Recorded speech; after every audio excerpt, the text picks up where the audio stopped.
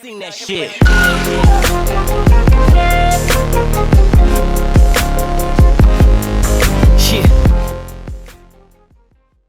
But before I hop right into it, I'd like to give a shout out to the sponsor of this video, SeatGeek. Now, I know you guys have already heard of this app, but if you haven't, I would highly recommend that you go check it out. SeatGeek is an app that takes all the confusion out of buying a ticket. Be it a game, concert, Broadway show, whatever the occasion may be, they got you. And they even give you a out of 10 score on each ticket to know if you're getting a good or a bad deal. Green good, red bad. And if you're still kind of iffy on it, if you use my promo code ModernHoops, you'll get $20 off your first purchase. And there will be a link to it in the description box below. And remember, if you use my promo code ModernHoops, you will get $20 off your first purchase. So go check them out.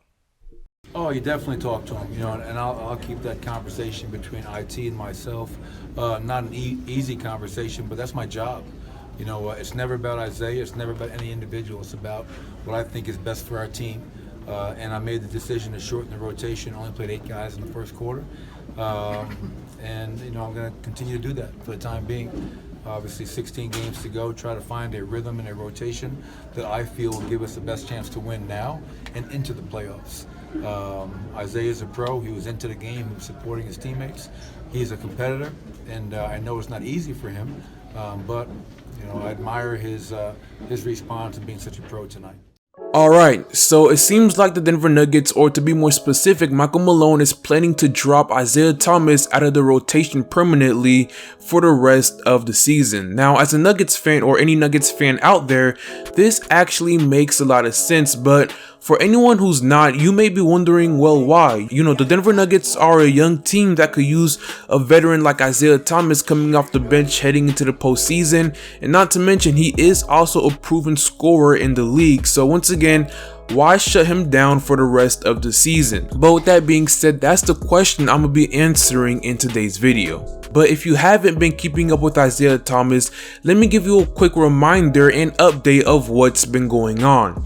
Now, after averaging 30 points and leading the Celtics to the Eastern Conference Finals during the 2016-2017 NBA season, Isaiah Thomas was traded to the Cleveland Cavaliers, and one of the biggest reasons why the Celtics traded Isaiah Thomas was because of the hip injury he suffered in the postseason. And instead of seeking medical attention immediately, he continued to play on the injured hip, and it's not hard to believe, it made it worse. Also, at that time, nobody really thought much of the injury, but this injury would prove to be a very, very serious injury for Isaiah Thomas. Now, Isaiah Thomas's time in Cleveland didn't quite go so well. He only played 15 games with the Cavs and was traded to the Lakers mid-season. He only played 17 games with the Lakers and didn't really accomplish much there also. But this was a contract year for Isaiah Thomas, and after missing a lot of time during the season with the hip injury and underperforming with the Cavs, teams were reluctant in giving him that big contract that he wanted. And not to mention, at 5'9", he is a huge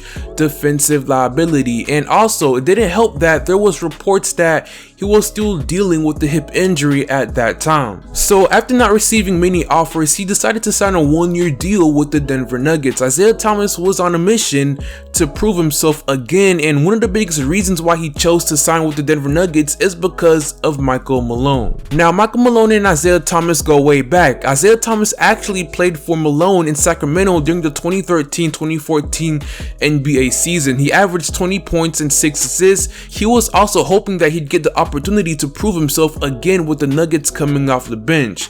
Now, at that time, signing Isaiah Thomas was a pretty good move for the Denver Nuggets. Once again, he was a great veteran player to add on the team and a great scorer coming off the bench. But as the season went on and on, his fit on the team made less and less sense. Now, Isaiah Thomas would end up missing the first 56 games this season, recovering from an arthroscopy procedure he had this past off season to address his problematic hip.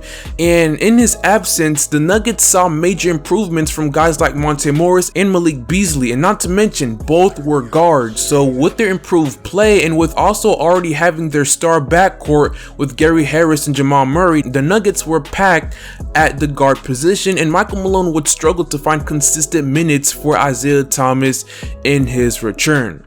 Now, before being dropped from the rotation, Isaiah Thomas played only 9 games with the Nuggets, and you could tell from the start that he just really didn't fit well with this team. I mean, yeah, I get the fact that he did average 9 points on only 15 minutes per game, but in the 9 games that he did play, the Nuggets went 5-4, and he was a minus 21 on the court. Denver's net rating went from a plus minus of 5.4 to a minus 5.6 when he played. Offensively, there were 17 points per 100 possessions better without him. And the thing is, the Denver Nuggets like to play a lot of team basketball, you know, meaning doing a lot of cutting and slashing and just things along those lines. They like to move the ball around, and Isaiah Thomas is someone that needs the ball to be effective, and a lot of times he'd stop the offense with an ISO or force some crazy shot. He'd put his comeback in front of the team's success. Also, at this point, it's way too late in the season to try and integrate him into the team, especially with the postseason coming up. That could take a lot of time. It's better for you to have your rotation set in stone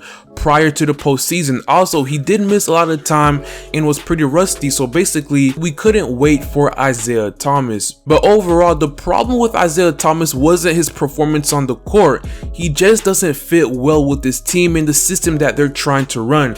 I still think he's a great player, and if he's in the right situation or team, he still can be an extremely productive player. But Michael Malone has done a great job with this team all season long, and I also think that he should be the coach of the year. But you know, these are just the types of decisions you have to make as head coach a lot of the time. It's all for the betterment of the team, but hopefully Isaiah Thomas can find a home. I still feel bad for the guy. He's been through a lot these past couple of seasons with being traded from the Celtics and having this career-altering hip injury. But with that being said, that's all I got for you guys today, and if you guys enjoyed this video, please leave a like, share, subscribe for more NBA content. And while you're at it, if you haven't, go follow me on all my social medias. Links to my Twitter and Instagram will be in the comment section below and in the description box below. But with that being said, I hope you guys have an amazing day, and I'll see you all later. Peace.